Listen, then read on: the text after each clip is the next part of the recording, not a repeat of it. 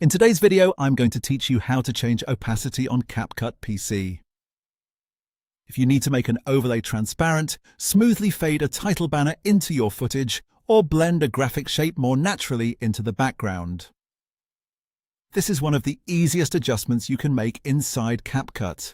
Opacity simply controls how solid or how transparent an element appears, so once you know where this setting is, you can quickly improve the look of your edits. To begin, look down at your timeline and find the exact layer you want to adjust. This could be a video clip, a text element, or a graphic overlay. Click once directly on that item to select it. When it's selected properly, you'll see a white border around the block in the timeline. That border is important because it confirms you're editing the correct asset before making any changes. Next, move up to the top right side of the screen where the Properties panel appears.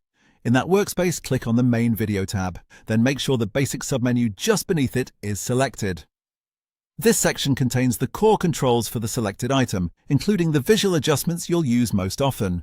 Once you're in the Basics section, scroll down a little until you reach the bottom of that adjustment area.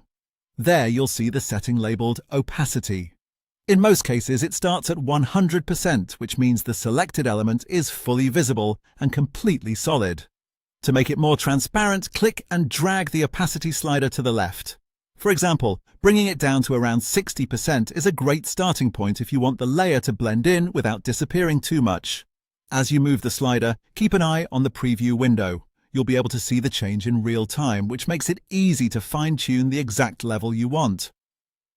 This is especially useful when you want text, graphics, or overlays to sit more cleanly over footage without blocking important details underneath. And that's it.